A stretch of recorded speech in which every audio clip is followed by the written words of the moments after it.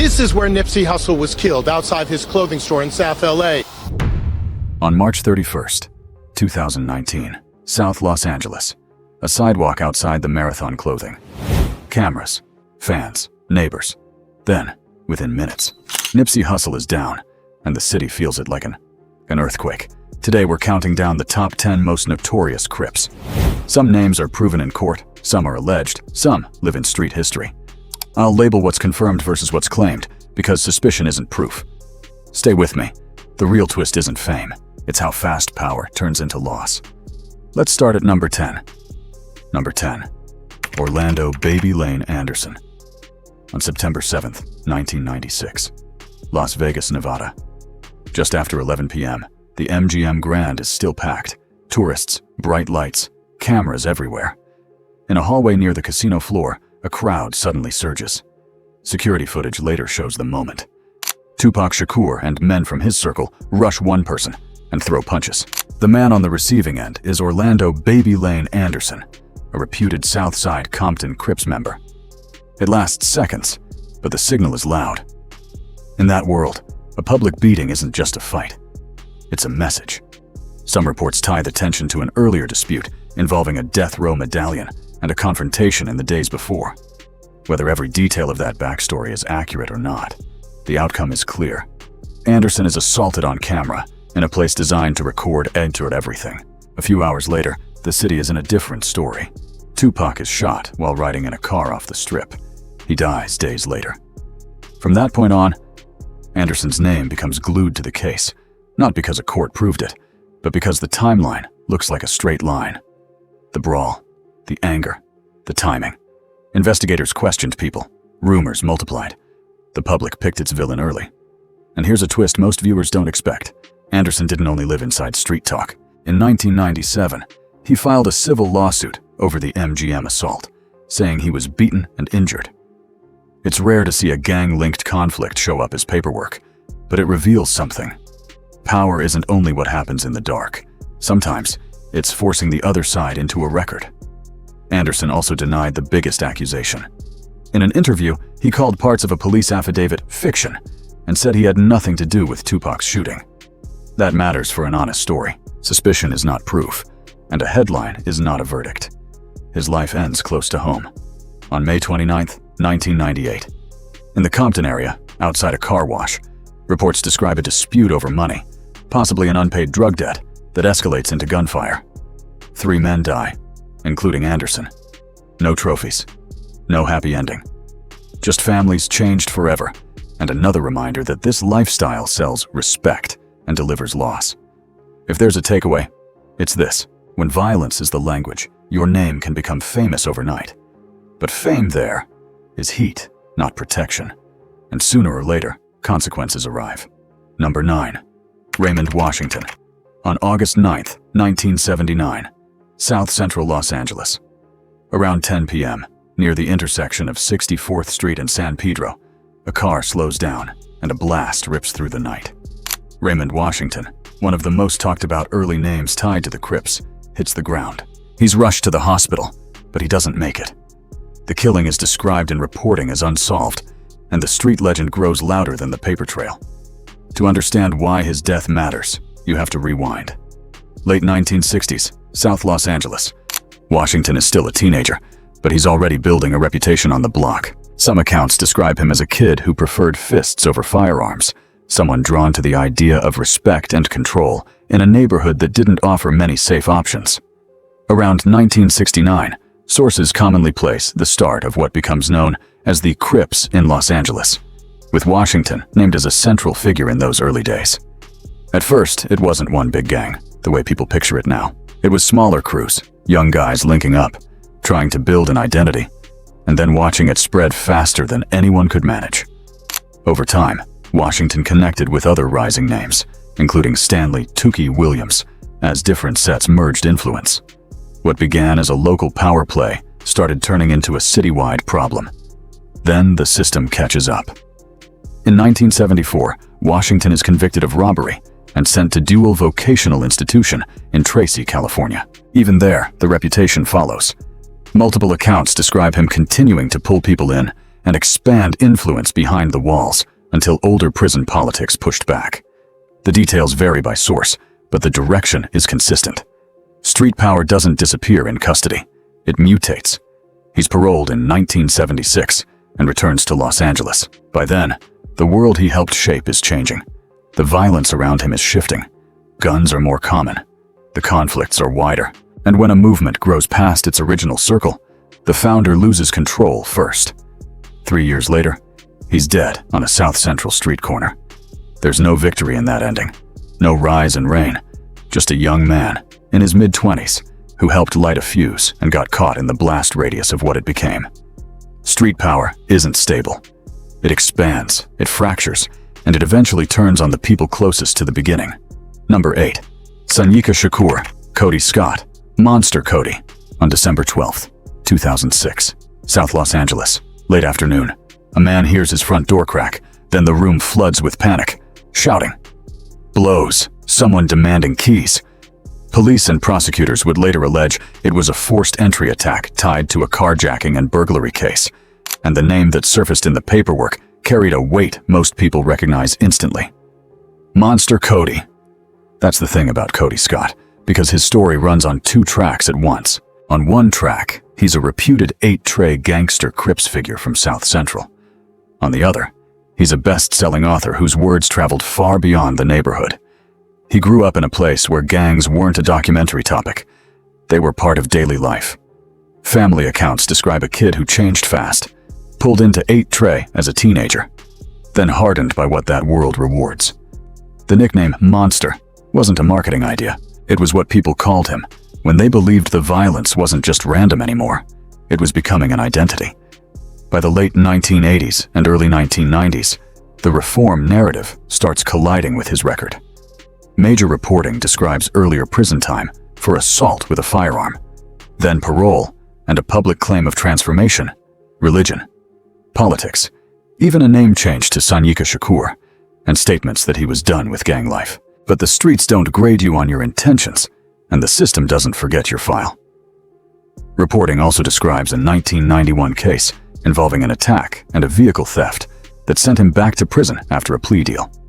Then the story shifts, because his name doesn't stay on the street. He wrote Monster, the autobiography of an LA gang member under harsh prison conditions, including isolation in California's system. The book hit because it sounded like a first-hand warning. Ugly, direct, and impossible to ignore.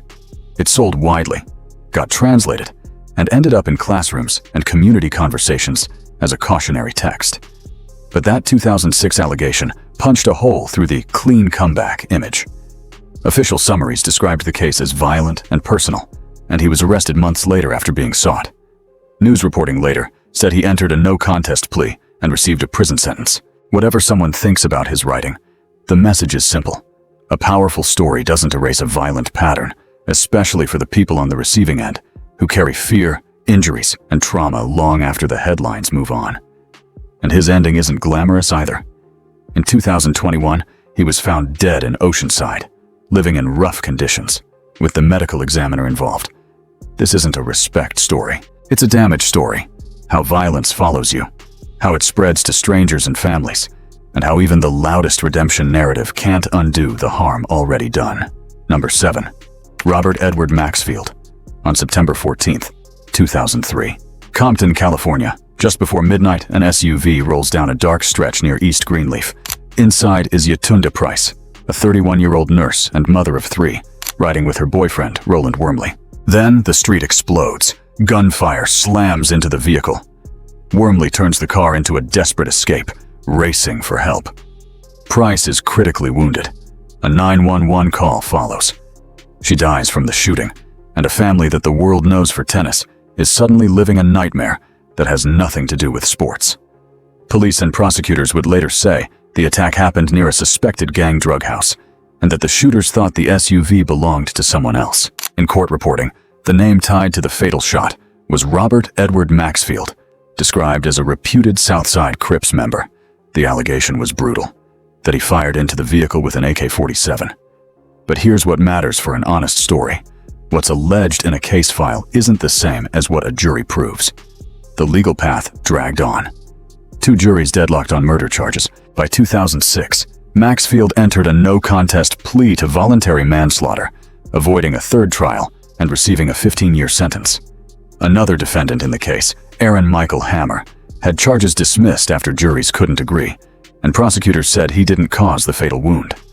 The paperwork closed, but the damage didn't. In sentencing coverage, Serena Williams spoke in court about how unfair it felt, how her family tried to help others, and how violence still reached them anyway. That moment is easy to miss in the headlines, but it's the real center of this story. The victim wasn't a statistic, and the impact didn't end when the judge finished reading the sentence. Years later, Maxfield was paroled in 2018, and news reports said he was later taken back into custody for a suspected parole violation. For the Price family, that kind of update isn't news. It's a reopened wound. Number 6. Duane Keefe D. Davis. On September 7, 1996, Las Vegas, Nevada. Just after midnight, the Strip is still blazing. Traffic, neon, crowds spilling out of casinos. A black BMW pulls up near a red light off Flamingo. In the passenger seat is Tupac Shakur. Moments later, shots cut through the air. The car surges forward. People scatter. And a case that would haunt American culture for decades is born in the open, in front of strangers who can't unsee it. For years, the story lived on rumors and documentaries, until one name moved from the background to the charging document: Duane Keefe D. Davis. Prosecutors describe Davis as a shot caller tied to the South Side Compton Crips and allege he played a key role in what happened that night. Their narrative ties the motive to earlier hours: the MGM Grand Fight, where Tupac's group clashed with Orlando Baby Lane Anderson, Davis's nephew. The state says that confrontation set the tone, and what followed was retaliation. What prosecutors lean on most is what he said publicly, over and over. Authorities point to Davis's own public storytelling, interviews, and a later memoir, where he talked about who was in the car and what led up to the shooting. Prosecutors have argued that those statements matter. Davis has pleaded not guilty, and the defense fights back on multiple fronts. They argue the case leans too heavily on talk, not hard proof. They've challenged searches and evidence, saying investigators painted a misleading picture to justify warrants. And they've pushed an immunity argument tied to earlier cooperation, claiming he should not be prosecuted now based on how those conversations were handled. So the courtroom becomes a second battleground, not over what the public believes, but over what evidence can actually be used. Meanwhile, time keeps moving. Hearings, motions, rescheduled dates, each step stretching the distance between the night Tupac was shot and any final verdict. That delay is part of the cruelty of cases like this. Families live with the loss, the public lives with the myth, and the legal process moves at its own speed. This isn't a legend story, it's a damage story. A man died, a mother lost a son, a city got a scar. It still talks about. And whether the jury ultimately sides with the state's theory or the defense's challenges, nothing in that courtroom can rewind the moment that happened under Vegas lights. Number 5. Eugene Big U Henley Jr. On March 19, 2025. Los Angeles, California. Federal agents announce a racketeering case that reads like two lives colliding on paper. A well-known Rollin 60s figure who built a public image as a community leader, now accused of running a criminal enterprise behind that image. The name in the center is Eugene Big U Henley Jr. Prosecutors describe him as a longtime Rollin 60s Neighborhood Crips member, widely regarded as a leader, and they allege he used that reputation like a weapon: pressure, intimidation, and check-in demands aimed at people who wanted to operate in certain spaces. But the hook here isn't just street power, it's the contrast. Henley also founded a nonprofit, Developing Options, and appeared in mainstream media as an executive producer and contributor on Hip Hop Uncovered. To the public, it looked like the classic turned it around story. Federal filings tell a very different version. In March 2025, prosecutors announced a sweeping indictment. Dozens of counts, including a RICO conspiracy, extortion, and robbery-related charges, fraud allegations, and financial crimes tied to taxes and banking. They allege the nonprofit was used as a front to pull in donations and then siphon money into personal accounts. They also allege a fraudulent COVID relief loan application tied to a music business. None of that is a verdict, but it's the government's roadmap of how they say the operation worked. Then comes the allegation that turns this from corruption to something darker. Prosecutors say that in January 2021, Henley traveled to Las Vegas with an aspiring musician, and that the trip ended in a killing. The filings describe the victim as R.W., and media reporting has identified him as Rayshawn Williams. Prosecutors allege the motive involved a dispute over a song and reputation, and they claim the body was left off Interstate 15 outside Las Vegas. Henley has pleaded not guilty, and his defense will have its chance to challenge every piece of that theory. What makes this story so unsettling is the theme: how legitimacy can be used like camouflage, a non-profit logo, a documentary credit, a public OG persona that looks like mentorship, while prosecutors allege the same persona was used to control, collect, and punish. If the government can prove its case, this isn't just a gang story. It's a fraud and power story, one where the harm isn't only in violence, but in trust being weaponized. And for the neighborhoods that nonprofits claim to serve, that may be the most damaging part of all. Number 4. Eric Holder Jr. On March 31st, 2019, South Los Angeles. It's a Sunday afternoon outside the Marathon clothing store near Crenshaw and Slauson. People are hanging around, talking, taking photos, normal neighborhood energy. Then a man walks up. Words are exchanged, and within minutes, Nipsey Hussle is on the ground, fatally wounded, while bystanders scramble and the street turns into chaos. The man later convicted for it was Eric Holder Jr. At trial, prosecutors leaned heavily on surveillance video and witness testimony to lay out a simple sequence: a confrontation, a departure, and then a return. The state argued it wasn't random. It was deliberate. They said the conversation included accusations about snitching, and that the insult hit a nerve in a world where reputation can be treated like life or death. The defense didn't deny that Holder fired the shots, but they argued the state hadn't proven premeditation at the level required for first-degree murder. In July 2022, the jury convicted Holder of first-degree murder, along with counts tied to 2 other people who were wounded. In February 2023, the judge sentenced him to 60 years to life. That number matters because it closes the door on the idea of a quick ending or a second chance. It's the system saying the consequences are permanent. There are also details from inside the process that show how ugly reality is behind the headlines. During the 2022 trial, Holder was attacked in jail, and proceedings were briefly disrupted as he received medical treatment. And at sentencing, the judge acknowledged Holder's mental health struggles without using that as an excuse for what happened. This story isn't about gang status or street mythology. It's about how fast a community can lose someone who was actively trying to build it up. Nipsey wasn't just a celebrity. He was a local employer, a mentor figure, a person investing back into the same blocks that raised him. When he was killed in front of his own store, it didn't just end a life. It ripped a hole in a neighborhood sense of safety. And the hardest part is how ordinary it started. A conversation on a sidewalk. No dramatic music, no warning, just a moment that couldn't be taken back. Number 3. Colton Simpson. On March 17, 2003, Temecula, California. Midday. Bright mall lighting, glass cases, people shopping like it's any other day, until a jewelry counter is hit, and the whole scene snaps from normal to panic. Employees are shaken. Merchandise is gone. And investigators start pulling at a thread that won't lead back to the street the way it usually does.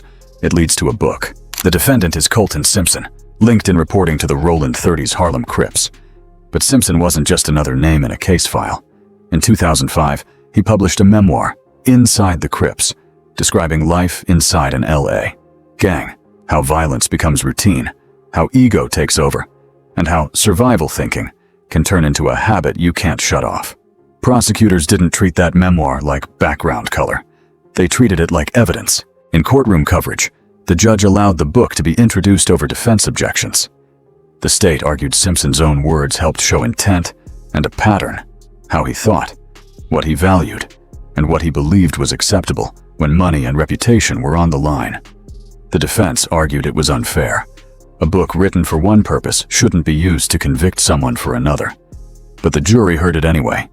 That's the core of this story. Not a gangster who wrote a book, but a man who put his mindset in print and then watched it come back with consequences. Simpson was convicted on charges tied to the Temecula robbery and burglary case. And because California's 3 strikes laws were in play, The sentence wasn't a normal stretch. Reporting said it was 126 years, a number so large it essentially means the rest of his life behind bars. When you zoom out, the case doesn't sit in isolation. Coverage also referenced earlier violence in his past, including a shooting during a theft years before, details used to paint him as someone whose choices left permanent harm. This isn't a redemption arc, and it's not a neat moral. It's a warning about something simpler and colder. The system doesn't grade you on how well you explain yourself. If your actions fit a pattern, the penalties can stack until they become irreversible. And in Simpson's case, the most damaging witness wasn't a rival or an informant. It was his own voice, bound between covers, read back to him in court. Number 2. Tiequon Lil Fee Cox, on August 31st, 1984, South Los Angeles. Early morning before the city is fully awake, a van rolls through quiet streets and stops near a home on 59th Street. The driver is told to wait with the engine running. 2 men get out and head for the door. Minutes later, the neighborhood hears gunfire, fast, violent, and final. Inside that house, 4 people are killed. Ibora Alexander, Deetria Alexander, Damon Bonner, and Damani Garner, a family connected to NFL veteran Kermit Alexander, who would spend the rest of his life carrying the weight of that night. The detail that makes this case unbearable is also the simplest. Prosecutors said it was the wrong house. Trial reporting and court records describe an address mix-up. An intended target lived 2 doors away, and an error turned a planned hit into a massacre of people who weren't the target. The man at the center of the case was Tiequon Lil Fee Cox, linked in court reporting to the Rollin 60s Neighborhood Crips. At trial, investigators and prosecutors built their case with physical and testimonial evidence. Federal court summaries describe a palm print tying Cox to the scene, eyewitness testimony placing him entering and leaving around the time of the shootings, and evidence involving a rifle consistent with the attack. Jurors convicted Cox of 4 counts of first-degree murder, with special circumstances that led to a death sentence. The conviction was upheld on appeal, and later federal courts rejected key challenges, keeping the judgment intact, even as the death penalty itself became tangled in California's long delays. And the violence didn't stop at the courthouse door. Years later, Cox's name surfaced again in prison politics. Reporting said Cox stabbed Stanley Tookie Williams on San Quentin's death row during a power struggle among Crips factions. It's a grim echo of how gang identity follows people into cages built to erase identity. There's nothing to admire in any of this. The most chilling part isn't gang status. It's how a single mistake, 2 doors, 1 wrong address, can erase an entire household and leave a ripple of grief that lasts decades. If you want to understand why communities fear this world, start here, not with mythology, but with the innocent people who end up paying the price. Number 1.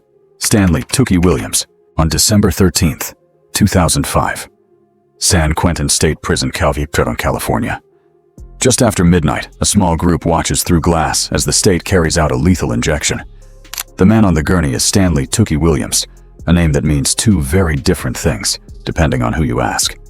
Co-founder of the Crips, and later a prison author who claimed he was trying to pull kids away from the same path. He was pronounced dead at 12:35 a.m. He left no last words. To understand why his case still sparks arguments, you have to rewind decades. In the early 1970s, Williams and Raymond Washington are widely credited with forming what becomes the Crips in Los Angeles. What began as local crews quickly spread into something bigger and more violent than any origin story could contain. By the late 1970s, Williams was in the system's crosshairs, charged in a string of killings tied to robberies in Los Angeles County. A jury convicted him of 4 counts of first-degree murder with special circumstances, plus robbery charges. The victims' names matter, because this isn't just history or politics. It's a set of lives taken. Albert Lewis Owens, Tsai Shai Yang, Yen-Ai Yang, and Ye Chen Lin. Williams insisted he was innocent, and his supporters argued the case relied too heavily on jailhouse informants and disputed evidence. Courts upheld the conviction, and the fight shifted from, did he do it, to, what do we do with who he became afterward? From death row, Williams wrote multiple anti-gang books aimed at kids and teens. He was nominated multiple times for the Nobel Peace Prize, and even drew support from people who normally don't agree on anything. Activists, artists, public figures, arguing his influence behind bars was saving lives on the outside. But the state wasn't buying a redemption narrative without accountability. In 2005, Governor Arnold Schwarzenegger denied clemency, pointing to a lack of remorse and a refusal to accept responsibility. The execution went forward. And even inside prison, the gang world didn't vanish. Years earlier, Williams was stabbed on death row amid Crips faction conflict, proof that the identity he helped create kept following him, even into a place designed to strip identity away. This isn't a story with a clean ending. It's a collision, origins, bloodshed, punishment, and a late-life attempt to rewrite a legacy, while victims' families live with what can't be rewritten.